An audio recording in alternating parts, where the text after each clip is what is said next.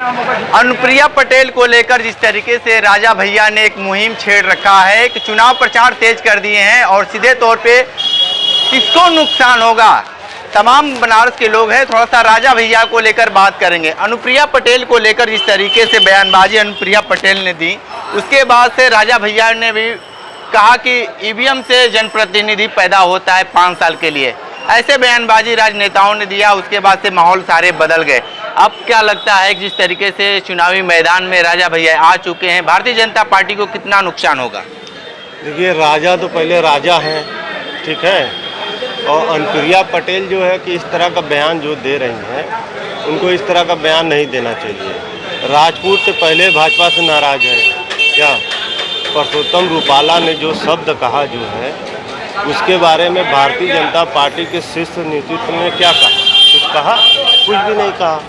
तो परसोत्तम रूपाला को तो उन्होंने हटाया नहीं, राजा को पहले से नाराज किए हैं। अब अनुप्रिया पटेल को बुलाकर जो है कि इस तरह का बयानबाजी दिया जा रहा है, ये कोई तर्क नहीं है। राजा तो पहले से राजा है। आप क्या मानेंगे, राजा भैया कितना असर डाल पाएंगे? राजा भैया ठाकुरों का बहुत बड़े नेता हैं, इसका असर बहुत बड़ा उत्तर प्रदेश के चुनाव में पड़ने जा रहा है। उनके इस बयान से बहुत कुछ परिवर्तन होने वाला है। हमें तो लगता है अनुप्रिया जी का बहुत ज़्यादा, उसके साथ साथ भाजपा का भी बहुत बड़ा नुकसान करने जा रहे हैं। कितना नुकसान हो सकता है? अरे जाहिर सी बात है, क्योंकि अधिकतर बेस वोट उनका ठाकुरों का भाई बीजेपी का है, और बीजेपी के बड़े नेता हैं, वो नाराज हैं, तो समझ लीजिए भाजपा का नुकसान करने वाले हैं। भाजपा का नुकसान ज़्यादा होगा? हाँ, एकदम ज़्यादा होने वाला है। ऐसे क्या क्यों दिख रहा है कि भाजपा का ज़्यादा नुकसान होगा? क्योंकि उनको भी लग रहा है शायद कि इस समय आबो हवा जो महंगाई, बेरोजगारी, भ्रष्टाचार बढ़ा है, उसके बाद बहुत से लोगों को जो जिस हिसाब से उनको धनंजय सिंह को बैठाए हैं ये लोग दबाव बना के, तो उनको भी लगा कहीं ना कहीं राजा भैया को ये लोग दबाव बना के बैठाने के लिए, तो उस वजह से ये बोले हैं। इनका अपना महत्व है, इसका असर भाजपा के चुनाव पे, अरे लोकसभा के चुनाव में पड़ेगा। कल बनारस के संपूर्णानंद ग्राउंड में बोले कि माता गंगा ने हमें गोद ले लिया है, क्या कहेंगे इसमें? मोदी जी 10 साल में तो बहुत कुछ कहे हैं कि माँ गंगा ने मुझे बुलाया है, मैं इनका बेटा हूँ, मैं उनका बेटा हूँ, तो कहते रहते हैं। उनका भाई वही काम है कहना। लेकिन यहाँ कभी पूछे हैं, यहाँ के लोगों के बारे में कभी पूछे हैं महंगाई कितनी बड़ी, बेरोजगार? आज 10 साल बनारस में 10 साल से सांसद हैं, यहाँ के प्रधानमंत्री हैं, विकास किए, फिर भी यहाँ बार बार आना क्यों पड़ रहा है? क्या रीज़न है कि आते हैं तो रास्ते पे चादर और वो बिछा के ढका जाता है रास्ता को? आखिर विकास क्यों? तो विकास के नाम पे वोट मांगे, महंगाई के नाम पे। अगर महंगाई बढ़ने से ही विकास होता है तो 2000-4000 रुपया लीटर या पेट्रोल कर दें, सीधे महंगाई के विकास हो जाएगा देश का। हाँ, अब ये थोड़ा सा बताइए, महंगाई है कि नहीं? महंगाई भी है, और 10 साल प्रधानमंत्री यहाँ के हैं सांसद, और उसके बाद भी यहाँ के लोग नाली में पानी जो है पी रहे हैं। ऐसा गंगा का पार्ट छोटा होता, अरे विकास किए तो ये सब विकास करिए। पार्किंग बनाए हैं कमाने का जरिया, मंदिर बनाए कमाने का जरिया, सब चित्त व्यापारे बनाए, विकास कहाँ किए हैं? यहाँ जो है सब उनका व्यापार है। यहाँ मोदी जी का जो है प्रचार ठीक है, अपने हिसाब से कर रहे हैं, लेकिन जो कहते हैं बार बार कि माँ गंगा ने हमको गोद ले लिया है और माँ गंगा ने हमको बुलाया है। जब ये प्रधानमंत्री नहीं थे, ये मुख्यमंत्री थे गुजरात के, जब मुख्यमंत्री थे तो कभी माँ गंगा उनको नहीं बुलाई। आज प्रधानमंत्री बन गए तो हम माँ गंगा बुला रही हैं। और गंगा जी में कितना प्रदूषण गिर रहा है, कभी वो जाके देखे? कभी नहीं देखे, और न देखेंगे। समझ गए ना? नाला बह रहा है, नहा नहीं रहे उस घाट पे, ब्रह्मा घाट पे चल के देखिए, इतना बड़ा नाला बह रहा है। कल मनकनका घाट पे हम लोग गए थे, कल वहाँ नाला बह रहा था, गंगा जी में जा रहा था। क्या है ये? इनके सरकार में महंगाई बहुत ज़्यादा, महंगाई के ऊपर ध्यान नहीं दे रहे हैं। खाली माँ गंगा हमको बुलाई है। अरे क्या करने के लिए बुलाई माँ गंगा आपको, ये तो बताइए। आपकी हर बात की गारंटी है, लेकिन एक बात की गारंटी नहीं है, और उसको हम कहेंगे नहीं। बोल दीजिए, नहीं बोलेंगे, नहीं नहीं बोल दीजिए, आज बोल दीजिए।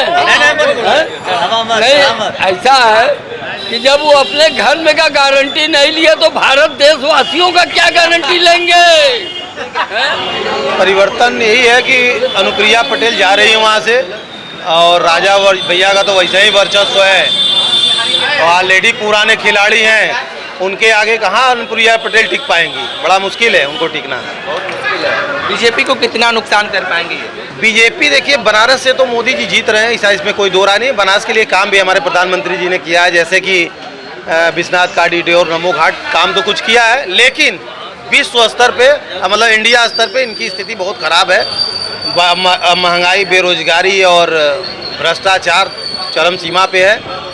और आप देख लीजिए ना, 55,000 करोड़ रुपया देश के ऊपर कर्जा है। आज तमाम मीडिया में, तमाम यूट्यूबों पे आ रही है 2,05,000 करोड़ रुपया देश पर कर्जा हो गया।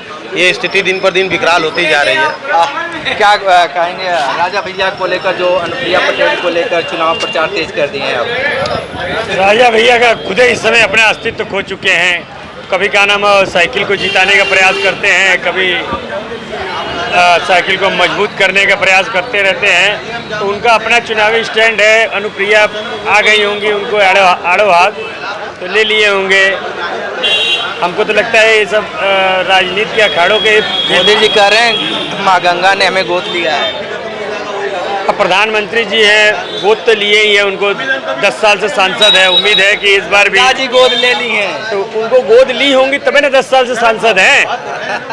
10 साल से सांसद है। चुनाव की सरगर्मी बढ़ गई, क्या कहेंगे चुनाव को लेकर? आप मोदी जी सही हैं, मोदी जी का काम बोल रहे हैं, और भारत की जनता, सियानी जनता एक तरफ से वोट करेगी, निश्चित है। अब की बार 400 सीट मिल जाएगी बीजेपी को। 400 सीट मिल जाएगी। 57 सीट जो है, 57 सीट पाकिस्तान से आएगा। 600 सीट पार होगा, घबराइए नहीं।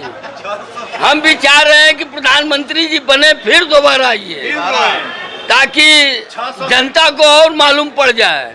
बस राफेल लिए हैं, सेना को जैकेट दिए हुए हैं, उज्ज्वला दिए हुए हैं, शौचालय दिए हुए हैं, नल से जल दिए हुए हैं, सड़कें, छोटी बड़ी सड़कें दी हुई है, पूरी सुरक्षा देश को दी रही है। नहीं, विपक्ष ये कह रहा है कि शौचालय दिए तो बूथ जो बन रहे हैं स्कूलों में न कर शौचालय में बनवाएं। हाँ, क्या बोल रहे हैं?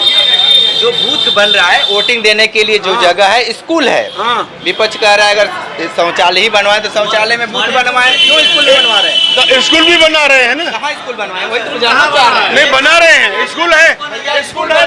स्कूल कितना बना है? देखिए भाई साहब, अब आपको हम बता दें, हमारे माननीय नेताजी,